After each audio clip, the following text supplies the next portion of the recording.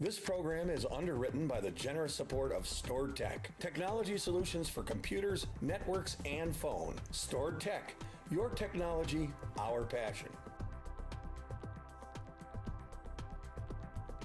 Firms deal only with prevention, the systems that block hackers and viruses.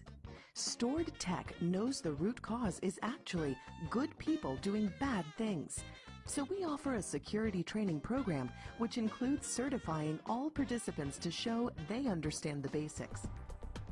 Technology solutions for computers, networks, and phones. Stored Tech, your technology, our passion. Well, good evening, everybody. This is a regular town board meeting, Town of Queensbury, February 26, 2018 at 7 p.m. Before we start the agenda items, would you all please join Councilman George Ferrone in saying the Pledge of Allegiance? Please stand.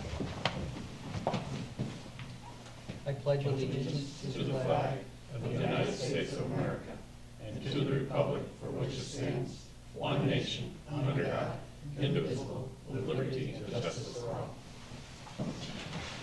All right, welcome.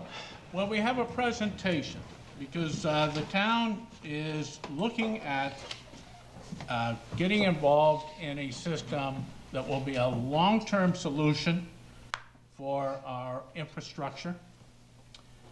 And in terms of saving data and saving records in accord with New York State and in accord with what's best. There's some things that we could do. All right, well, we're taking a look at this one. And so we have Stored Tech, who has been helping us with this whole process. We have Alan Van Tassel here, Timothy Cruz, Morgan Snyder, and Alex Pavlenick.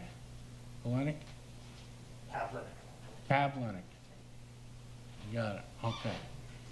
And they're going to give us a presentation about what they're proposing and what they think is the best for the town to do in the long run.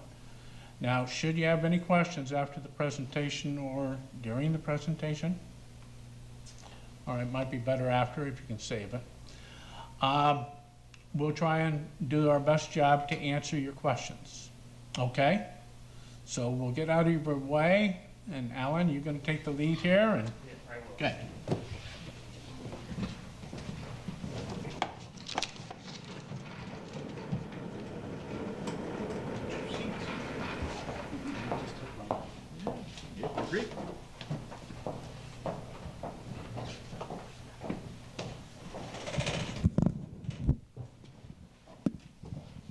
So since I'm going to be working with my team at times, I'll just take the mic and I'll hand it off where appropriate. So thank you, Supervisor, board members, public. So as the supervisor mentioned, the town of Queensbury has been working with Stored Tech. We are the outsourced IT department for the town of Queensbury. We have been for a number of years. And I'll give you a quick overview of the journey of things that have kind of brought us here tonight, and that will lead into the presentation. Back in 2015, we began discussions with the town around replacement of the infrastructure. And in a minute, I'll get into the reasons why we had done that. We worked throughout a process of determining the requirements that were needed for the town. We went through a process of design solution and looked at options. We came back from that exercise and went through a proof of concept. We'll talk about all these steps real quick in just a minute. And then we ended up reviewing the proof of concept, and that brought us to where we're at today. So let me just jump into it real quick. What are we talking about for those who haven't seen the presentation? I know the board members and some people at the public workshops have. What the town had is they have a lot of infrastructure here. They support a large number of end users in their in the ways they support the community and the taxpayers. They've got 29 servers and probably close to 100 machines. They run a variety of different applications. And their core infrastructure, their servers and their storage and the things that all this runs on to support the community was going end of life. And we had identified that early. I'm not sure why that's there. There it goes. They also had this ongoing challenge, as every town does, public sector, private sector, a lot more compliances around security. They lacked a business continuity solution. They had backup, but they had no way to store that data off-site, and they certainly didn't have a plan to be able to get back up quickly if for some reason a natural disaster happened here, fire, flood, theft, something in the data center. And so that needed to be addressed. And then you just have this evolution of computing that's happening around you, something that falls under that umbrella of what people might call the cloud. And see, they really had this perfect storm going on, and it's not an uncommon situation that we find ourselves in and the clients we support.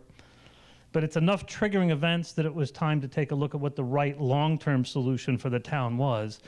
That led us into a process. So we went through with the town. We defined the requirements. One, it needed to be secure. It needed to be reliable, robust and reliable. Again, it has many applications that run on this infrastructure that the town relies on to support the taxpayers. It needed to be redundant, back to that conversation about ability to possibly fail over or have a business continuity plan. It had to have high availability, and it needed to be scalable. This is a big challenge for a lot of businesses. We'll talk more about it in a minute, but time changes all circumstances, and how do you invest in something today that 3 to 5 years from now, you're not already having to rip out and replace? That's kind of the old traditional model. So how can we do things different with the use of technology that's available today? And is now the time for us to possibly look at having the town consider moving over to what's called an OpEx model, an operating expense, as opposed to that traditional capital expense. So stop buying hardware and maybe look at a way that you can lease or rent someone else's hardware, i.e. the cloud. We talked about a defined approach that we would take. It required open communication. It needed to involve all departments. It needed to involve all the vendors. Again, the town has 39 applications. Each of those applications provide different functions and roles, and they support almost as many different applications that are provided, supports provided from other vendors. And then we needed to make sure that we went through a test and validation, or a proof of concept period, as well as make sure we did a cost analysis. And that led us to the next phase. And so the outcome of that was to design a solution. But before we could do that, I'm going to touch on the next slide. I'm going to pop through the next one a little quick because it gets a little technical. But before StoreTech could sit in front of any client, including the town, and design a solution, we had to better understand some criteria around this topic of RPOs and RTOs, recovery point objectives and recovery time objectives. Basically, summarized, it's this: how much data can you afford to lose, and how quickly do you need to get back up? And so once you understood that, you could design a solution. I'll jump through these next and get to the point. So we met with all the department heads and involved, back to one of the requirements, offsite strategy meeting, all the department heads involved, and what did they tell us? The finance and the legal and all the different departments came back and told us what their RPOs and their RTOs were. And that allowed us then, as the trusted advisors and the people with the knowledge, to help design the right solutions for the town. And that led us into an ability to come back and talk to the town about options. The first option was to do the traditional, what's called on-premise, the one you see on the left. That also is known as a CapEx spend. You buy more hardware, and every 3 years you replace that hardware. Or do you want to look at something off in the cloud? And a cloud is this ambiguous thing for a lot of people, but all it is somebody else's data center. So you're on somebody else's hardware. So it's this big data center with a lot of servers. And in this particular case, we're looking at Microsoft Azure in their data centers, which we'll talk a little bit more about in a minute. And Alex will speak to the redundancy of that. Enterprise business class solutions brought down to affordable prices for smaller businesses and municipalities, making it affordable for communities like the town of Queensbury. And so we went through and reviewed the concept. We reviewed and mapped how each of those solutions aligned with the demands or the criteria we established. We reviewed budgetary cost analysis as preliminary budgetary numbers, and we determined next steps would be a proof of concept to determine the feasibility of moving to the cloud technology. That was the town's wish. Our recommendation, but also their desire. For all the reasons we just mentioned, we'll touch on those again in a minute. And so we entered into a proof of concept. That proof of concept was created using a defined list of applications that the town uses. I don't remember all of them. Tim, which ones did we work on? Do you remember? We worked on a number, including Energov, Encode, and Laserfish, some of which are used for the town's document-based storage, as well as code enforcement and for the planning department as well. So there were some major applications that the town had identified as primary applications for us to test in the initial phase of a proof of concept. We entered into an agreement that was a 4-month project. We worked with the stakeholders, each of those departments, to work through that proof of concept. We worked with Microsoft to contribute toward that. We're a tier 1 Microsoft cloud service provider. We have a good relationship with them. It was a $15,000 project. Microsoft put 5 toward it, StoredTech put 5 toward it, and the town put 5 toward it, 5,000. So the outcome was promising. The results showed that the majority, not all, but the majority of the town's infrastructure actually could be hosted in some version of a hosted solution, also another name used for cloud. Not all in the Microsoft Azure cloud, but in some of the situations, some of the vendors that the town already does business with offers a cloud type solution, and it was more cost effective to move to that solution in our model than to buy more infrastructure. So there started to become a multiple reasons why that started to make sense. A better understanding of the town's infrastructure was gained during that proof of concept as we really started to look under the hood and start to talk about these options with the vendors. And clarity on a final project plan was able to be determined. And that allowed us to come back and sit down with the town and discuss the strategy and review what was accomplished. And so that led us to where we're at today. And this is the same slide from the workshop that we had with the last public workshop. We were able to, and I don't know if you can all see that, but this is the traditional capital expenditure model. This is buying more hardware. This is replacing the infrastructure that had gone into life or is going into life that sits in the data center here in Queensbury, buying a second version of that same hardware to put in another town location to give them an off-site redundant high availability solution, so in case they lost site here, they had some ability to come back up and function and provide service to the town taxpayers.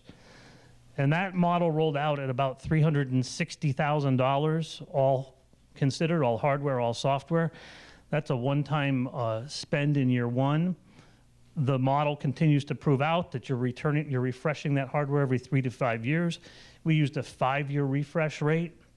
Over a 10-year period, you're looking at about $1 million, just over $830,000 or $83,000. So that's the capital expense model. That's to keep doing the same thing you're doing today or you have been doing in the past. That's buy more hardware, put it in, hope it lasts as long as you need it.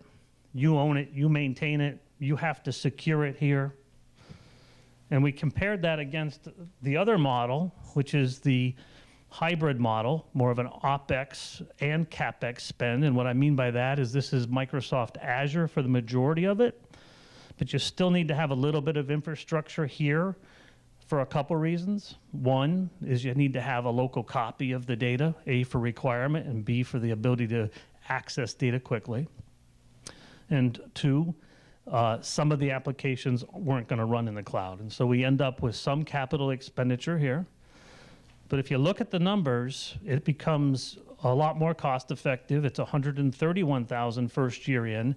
And if you look at the cost over the 10-year period, you're looking at about $844,000. So you've got north of $250,000 savings on a solution that ends up being a lot more robust and a lot more reliable for the town.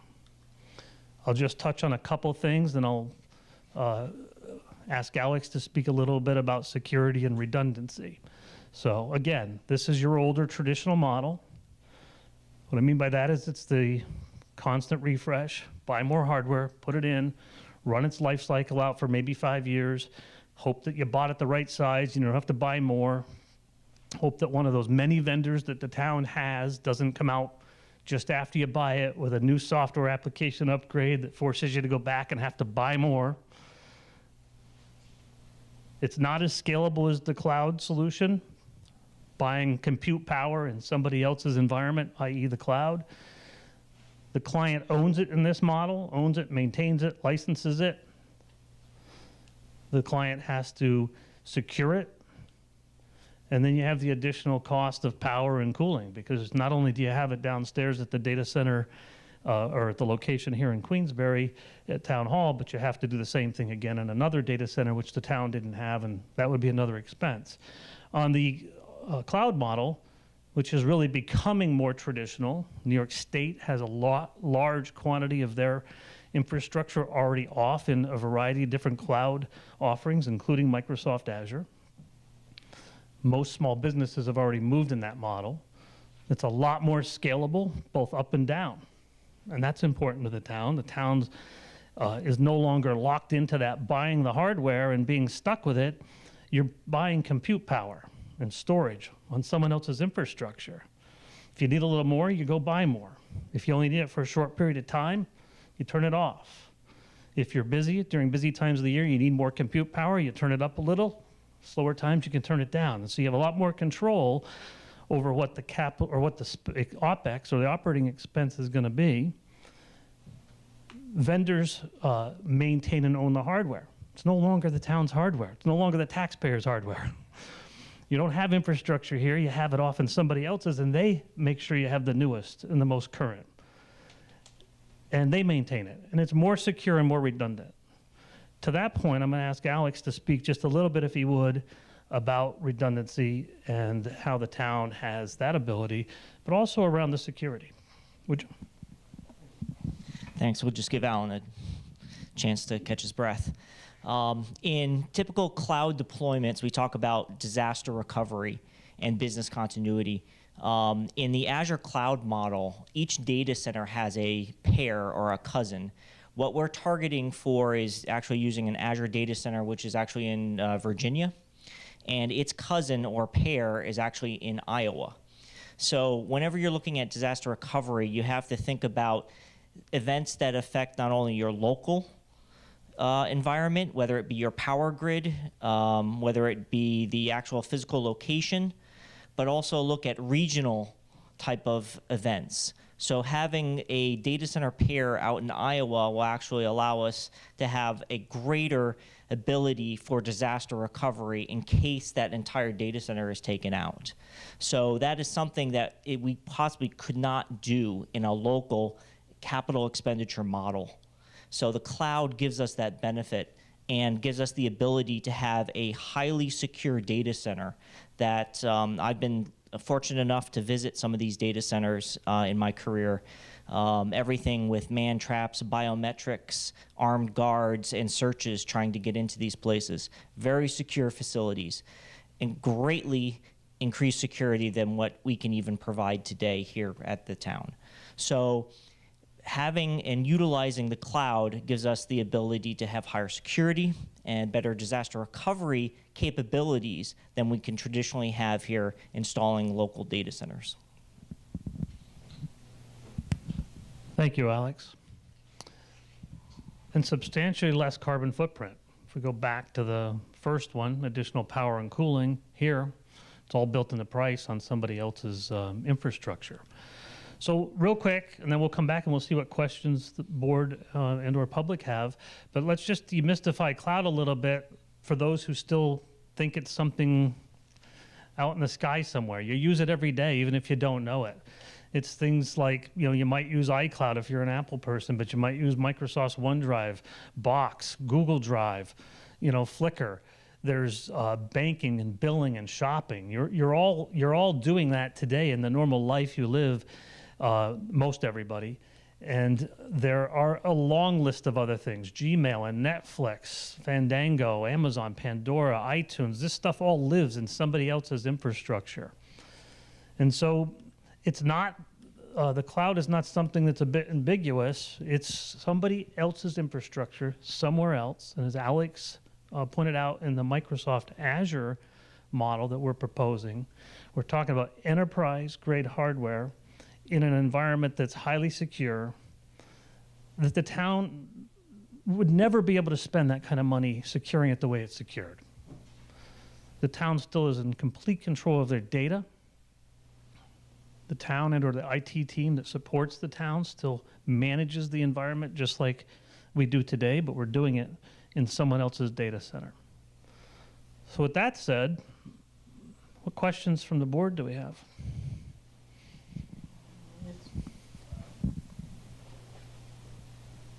We've had this presentation more than once, and we've been working with you all along. But does any member of the public have a question on what we're proposing here? All right, well, maybe we will later, so you're going to stay with us. Alan? Yeah, I'll stay around. All right? Thank you for your time.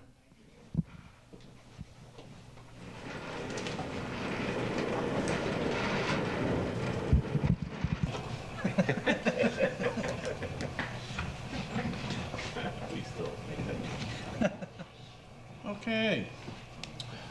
Next, we have the resolutions. One of the resolutions is the resolution authorizing engagement of Store Technology Solutions and going with what was presented to you. So the experts are here, Alan, Timothy, Morgan, and Alex. And so if you do have questions, before we vote on the resolutions, we'll give you an opportunity to speak to it. All right, so I'm going to briefly tell you about each of the resolutions before us tonight. There are 9 of them. And then I'm going to give you an opportunity, if you have comments or thoughts you want to share with us about any of the resolutions before us tonight, you're welcome to do so after I give a brief description of the resolutions. Now, if you wish to talk to the town board about other matters that are town related, I'll give you that opportunity at the end of the meeting to do that. This segment of the meeting pertains to just the resolutions before us tonight, the 9 resolutions. So resolution 2.1, Rose? So resolution authorizing engagement of Labella Associates DPC for professional engineering services related to design and implementation of utility infrastructure, HVAC, improvements at Kingsbury Town Hall and Activity Center.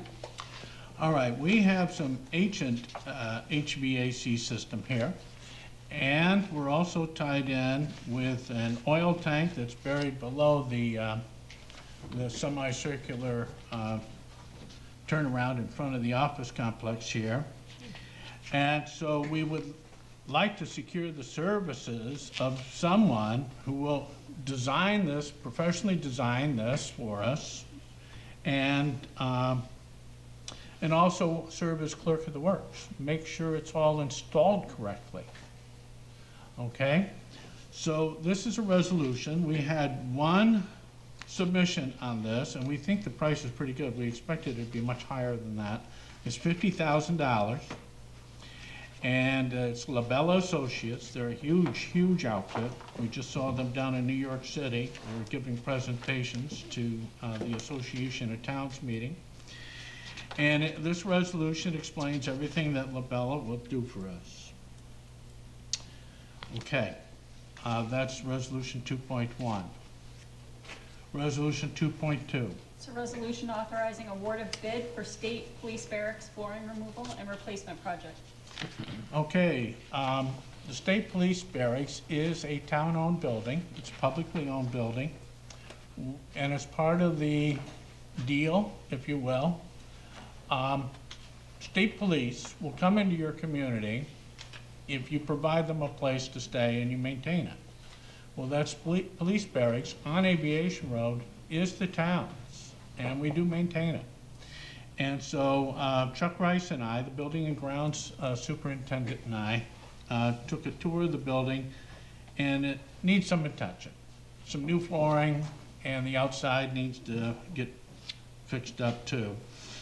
So this is for new flooring, and the bidder, the lowest responsible bidder, was Four Star Flooring for $29,896. Now this includes moving everything around. Now if you've seen the inside of this building, and hopefully you haven't, there's all kinds of things that need to be moved around. We put this out for bid once before and nobody wanted the job. So we got somebody to bid on the job, and we think considering the task in front of them, it's going to be reasonable. Resolution 2.3. So resolution adding Nature's Way to list of town private driveways and road names. All right, if you have a driveway that exceeds a certain distance or is in a certain situation, 911 insists that it have a name. So this is a private driveway that we just discovered. It was up on West Mountain and off of Ingley Mountain Road. And Dave Hatton said, you know, your driveway needs a name. You can name it anything you want as long as it's not a pre-existing name. So they decided to call theirs Nature's Way. Fine. Resolution 2.4. It's a resolution to amend 2018 budget.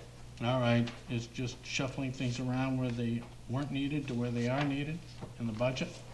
Resolution 2.5. Resolution approving audit of bills, February 27th, 2018. Okay, the bills can't be paid until this board approves them, and these are a list of bills or warrant with a run date of February 22nd, 2017, and payment date of February 20, it must be 2018, and February 27th, 2018, totaling $457,707.46. So that needs a little bit amending. So we're talking February 22nd, 2018, Rose? Yes. And Jennifer got a couple too. I'll bring those to your attention in a minute. Resolution 2.6. So resolution to amend 2017 budget. All right, we're just amending things where they aren't needed to where they are. Resolution 2.7. Resolution authorizing establishment of Halfway Brook Trail Capital Project Fund Number 223. Okay. As you know, the Halfway Brook Trail has been in development for a while. We're close to the wording on a license agreement with the city of Glens Falls to allow this trail to happen. We have not fully agreed upon the license agreement. There are some wording that both sides are a little bit uncomfortable with. And so we're working on that. I am going to suggest to the mayor, I haven't yet, and probably see it in this broadcast before he gets my letter, that I would suggest that we put together, what's part of the license agreement anyways, is the lower watershed recreation plan. In any event, Betty Little got us a $100,000 grant. The grant people said, listen, where are you? You've been about a year on this. Are we going to hold on to this some more for you? And we said, yeah, we'd love it if you hold on to it for a little bit more. I think, you know, I think we can work with the city and get this done in a few months, at least get the agreement done.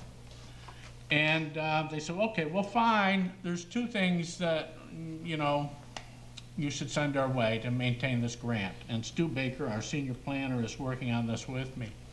But the two things are, you have to establish a capital project fund. So my guesstimate for doing this trail, and Catherine had asked me for my budget, and my budget was about $156,000 for the trail is my estimate. $100,000 of that would be Betty Little's grant. We might also be able to get somebody really nice to dedicate some more item 4 to us so we can use it on the trail. Who knows? I will ask. And so the project cost may actually be less than what I proposed. In any event, two things we have to do. We have to establish a capital fund for the trail, which we're doing here tonight. And the other thing is we have to get some at least one estimate for development of the trail to send forward. And if we do those two things and fill out some other miscellaneous paperwork that Stu Baker will do, we'll be able to keep the $100,000 grant, which we want to do. So this is part of what's going to be required of us. It doesn't mean we're going to spend it, doesn't mean we have to spend it. We just had to set it up. Resolution 2.8. Resolution accepting dedication of John Clendon Road and John Clendon Hidden Estates subdivision. All right, John Clendon Hidden Estates is ready to dedicate the road to us. It lacks the top surface coating. This is to, they're going to give us $25,000 in escrow. And they have assured us that they will put the completion of the top coat within the next 2 years. So either on or before February 26, 2020, or before. So, and that's two of the corrections that Jennifer had noticed, is that on the second whereas, it's not 2018, it's 2020. And on the fourth whereas, going on page 2, at the bottom of the paragraph, you'll see that it's, again, listed as 2018, and it's meant to be 2020. So, on or before that date, usually the developer will have the put on the top coat. If they don't, we keep the $25,000, we put it on ourselves. Resolution 2.9. Resolution authorizing engagement of Stored Technology Solutions, Inc. for infrastructure replacement project, including implementation of cloud-based service, Microsoft Azure. All right, this is the resolution I couldn't have explained better or more comprehensively than the Stored Tech team just did. So those are the 9 resolutions before us tonight. So any member of the public wish to speak to any of those 9 resolutions before us tonight? Yes, sir.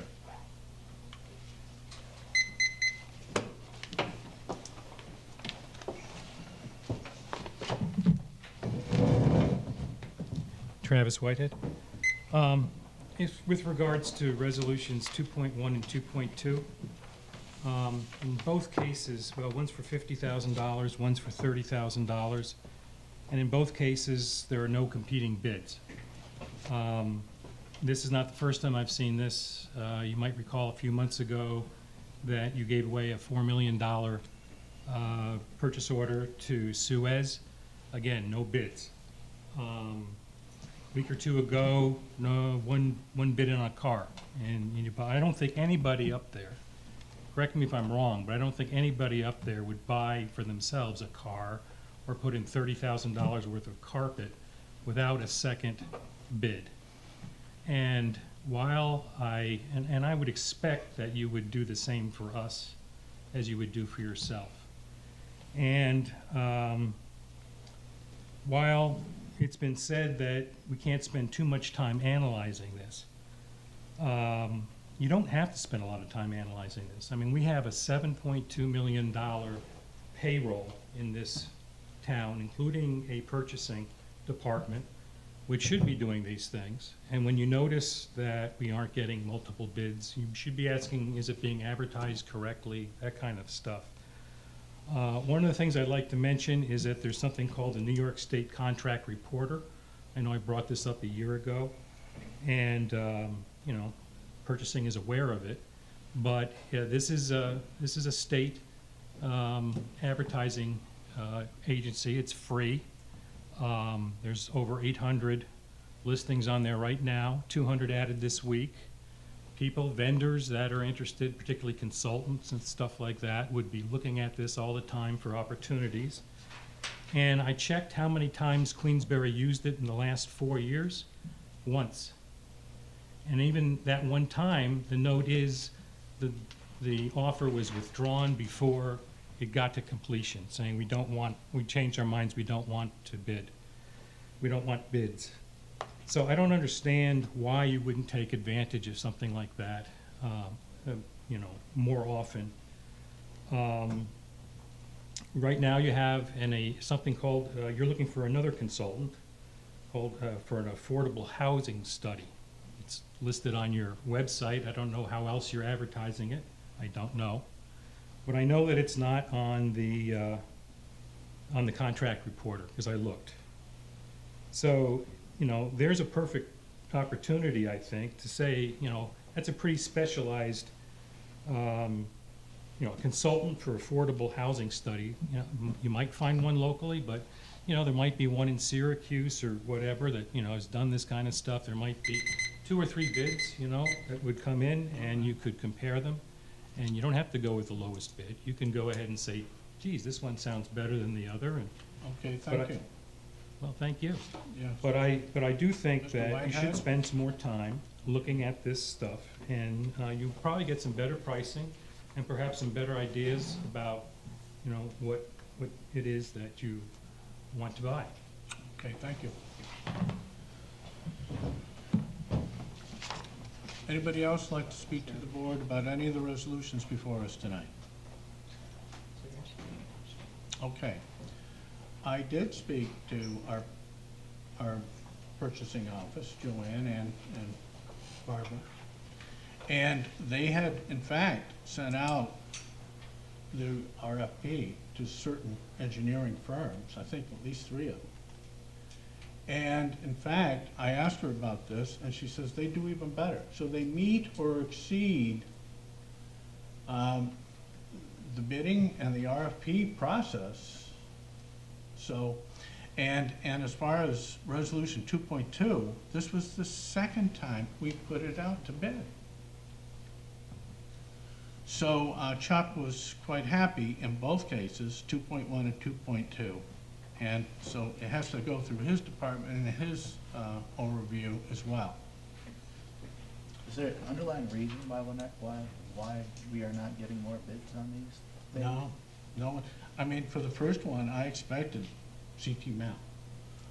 Well, I know we discussed that. Yeah, or Barton and Lejuda. But they were informed Or of the Chazen, RFP. yes, they were sent directly to them. Just, and Travis is right, I mean, this has been an ongoing issue with this town, that we just have, there's either nobody wants to work, or they just don't want to do business in the town. Well, the state police barracks, if you went in there, you can see why the carpet layers don't want it. Huge, heavy equipment, and lots of it. It's a lot of moving. A lot of moving out, put the carpet in, a lot of moving in. So the first time we did the bidding, we didn't get any bidders. Nobody wanted. And this time, we got one bidder, and to do it for $30,000. So if we set it out to bid, are you gonna do any better? Well, I don't know, and now that the bid's I out mean, there, and if you talk to Joanne, we do everything like we're supposed to.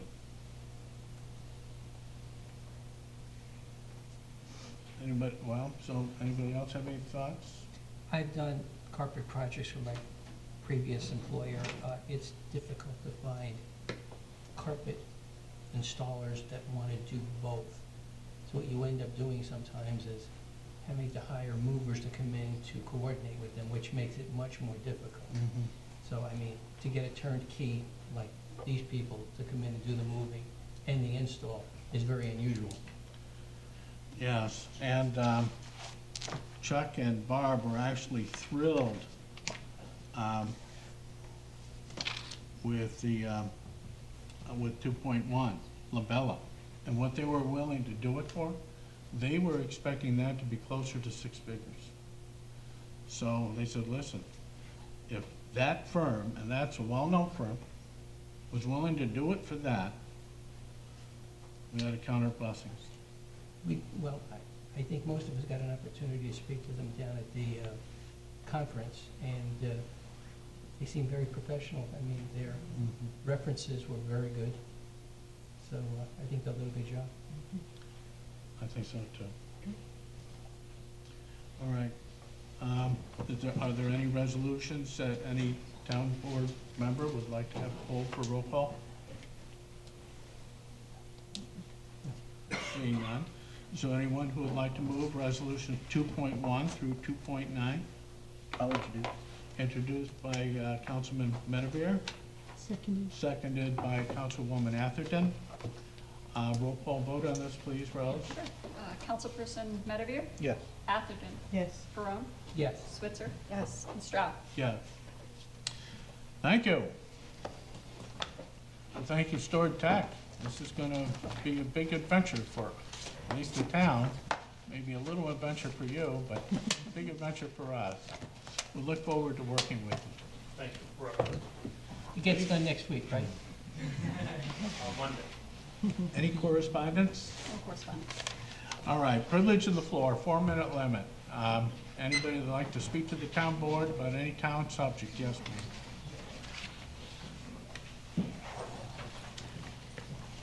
ma'am.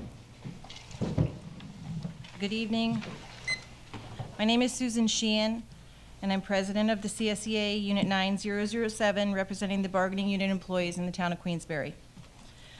On July 18th, I was called to the supervisor's office for a surprise meeting with Priya Desai from the Department of Labor. I've enclosed my notes from this meeting in the packet that I've given each of the council people. On July 28th, I received an email from the executive assistant to the supervisor informing me that a meeting had been set up with Priya Desai for August 4th at 11 a.m. At this meeting, she went over the workplace violence prevention law in detail and spoke at length about what the town was currently deficient with and what needed to be done to become compliant. She reviewed the notice of violation in order to comply and gave a copy to everyone present. There was a total of 5 violations cited, and all were considered serious. 2 of the 5 had been marked as corrected during the inspection. The other 3 violations were assigned dates by which they must be abated. To date, these violations have not been abated. The day after the abatement dates, penalties started accruing daily. Every day, 7 days a week, these charges accrue. I know because I've spoken with Joe Fuller at the Department of Labor twice, once on February 15th and again today. He is very approachable and was forthcoming with answers to all my questions. On January 24th, 2018, Priya Desai came back for a final review of the notice of violation in order to comply. She inquired about the town's progress with abatement, and Ms. Lamarck said that they had worked with Joseph Cook from the DOL to select a template for a program. Priya asked Ms. Lamarck if the union had been invited to participate or did they have any involvement, and Ms. Lamarck responded, no. Priya said, I'll have to stop you right there. I'm going to cite the town for F, G, and H. She explained that the town must return to F and get the union's input. I asked for a copy of the policy that had been adopted by board resolution on January 22nd, 2018. Supervisor Stroud instructed Ms. Lamarck to give me a copy and to make sure I signed for it. I met with my executive board to go over the policy with the assistance of CSEA Occupational Safety and Health Specialist Brian Pomeroy. It became evident we were excluded from the development and implementation of the program. Paragraphs F and G state within their language, with the participation of authorized employee representatives. I sent a letter to Supervisor Stroud on February 12th expressing my desire to be made part of the important process of putting together a comprehensive workplace violence prevention program for the employees at Queensbury. The only communication I've received to date from the town was an email on February 22nd asking for copies of any and all documents and emails where I reported to the supervisor's office any of the incidences that I feel are workplace violence occurrences as I reported in the paper. My response is enclosed in your packets. It reminds the supervisor's office that there was no formal reporting process for employees who had been victims of workplace violence. In 2 instances, employees reached out to me as their union representative, and I immediately went to my department head, Christopher Harrington. In one of these instances, Supervisor Stroud came to the water department to meet with an employee who had been threatened by a vendor. He should have been aware of this instance. I am available to participate in the development and implementation of this program and have been from day one. To try to blame the union for any of the delays that the town has experienced is disingenuous.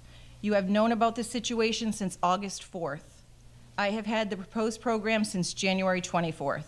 These are the facts of this situation. They can be corroborated by the attorney for the town that phoned and spoke to Mr. Fuller at DOL just today.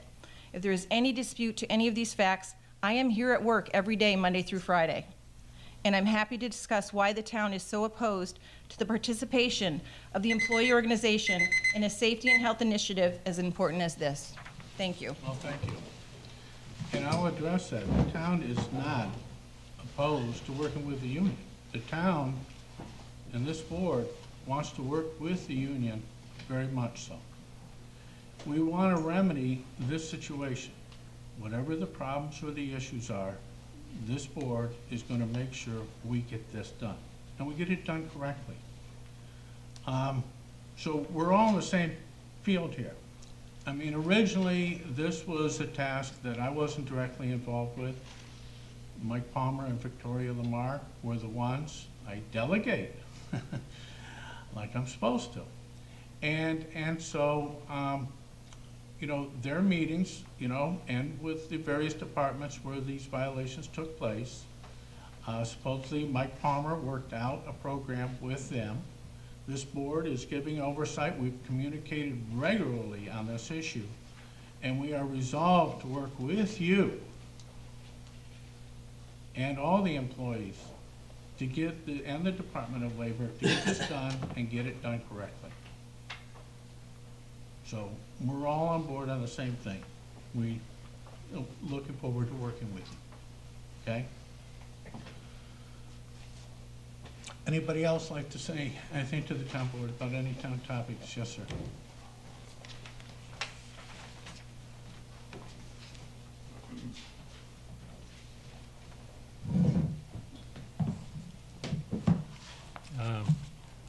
Yeah, I was trying to get some information on that same subject earlier this week, and I found that I couldn't get any information. Nobody really seemed to know anything about it on the board. Yeah, and I'll leave it at that. But I have talked to Ms. Sheehan, and I learned a lot of information from her, and I'm glad to hear that now that you're willing to work with her, but it does seem different than what I had seen before.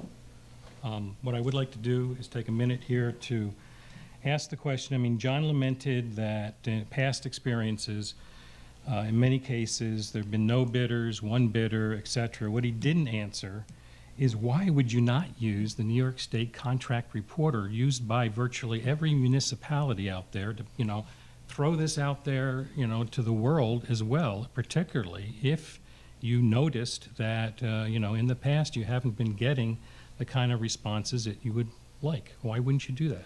Travis, tomorrow when I come in to sign checks, I will talk to Joanne. Joanne. Yes, absolutely, and I'll Right. shoot you an email after my response. Thank you, Or Tom. her response, excuse me. Anybody else like to speak to the town board about any town topics? Seeing none? Town board discussions. Jennifer, we'll start with you. The only thing I have tonight is to let everyone know that on Wednesday, March 14th, from noon until 4 p.m.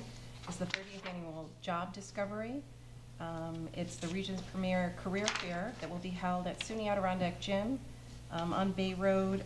This is something that is committee-based. It's local employers and volunteers who on an annual basis get together and bring together some of the area's local providers of services from any kind of business that you can imagine. It's an opportunity for people in the community to understand the kind of businesses that we have here, and for those looking for employment or to improve maybe where they are, they want to move up or they want to move on, a way of achieving that. So again, it's Wednesday, March 14th at SUNY Adirondack from noon until 4.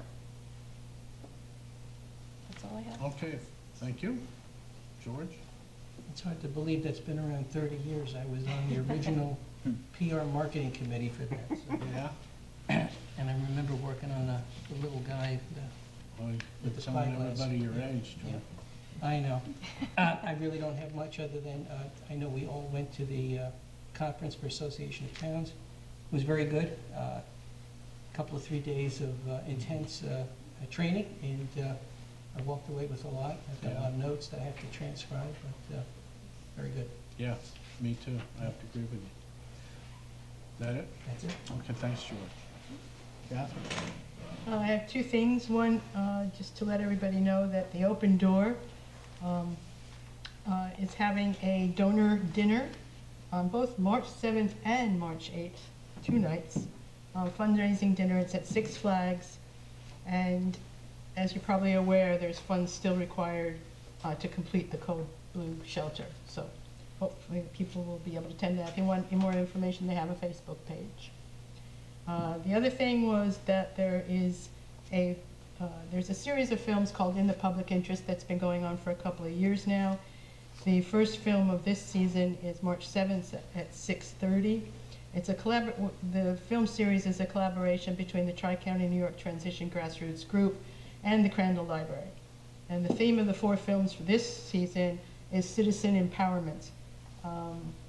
And the film is called Overburden, and it's about the coal industry in Appalachia and how the people whose lives and home were at risk came together to act against disempowerment.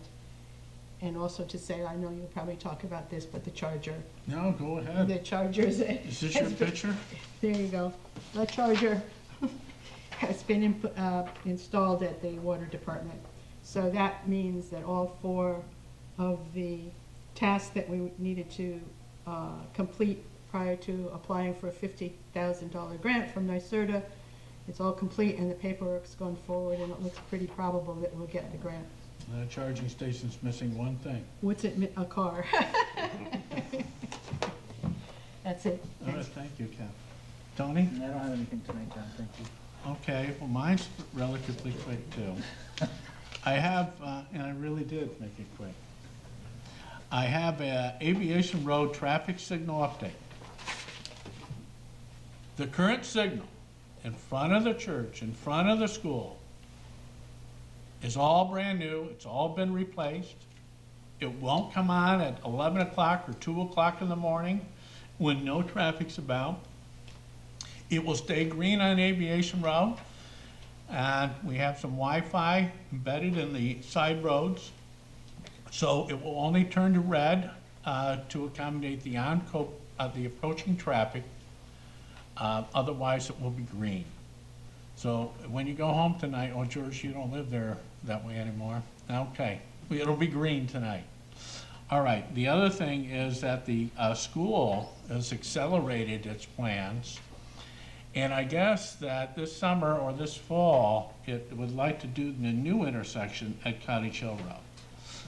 So that means that the town, the school is obligated to the intersection changes and the curbing and so forth. This town is obligated to take care of the traffic signal, which means that we did do pre-planning because it was all part of this 3-phase program. So we may have to get right on that right away. I think I gave you an email kind of suggesting that. And the third phase, which is the right-hand turning lane, which will be paid for with state and federal funds if we go that direction. Let's see how the first 2 phases affect the traffic flow, and if we need to put in the right-hand turning lane, we will. It's already on the AGFTC's, radar, so we'll see how that goes. All right, and a brief supervisor's report to board and community.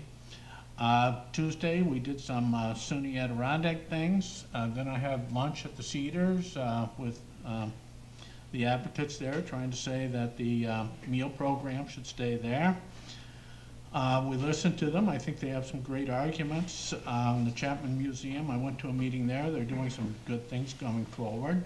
On February 14th, Wednesday, Tony and I met with some people from Lake George, and they would like to make some changes in our waterfront residential zone, which I think, were appropriate, what they suggested.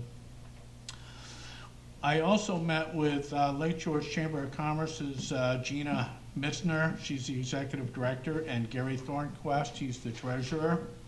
And we talked about business things in the town of Queensbury. And so we all agreed that we need to have our business roundtable meeting with them and the other Queensbury businesses, relatively soon, and bring the new people up to speed and so forth. Yeah, we haven't had one in a while. No, we haven't.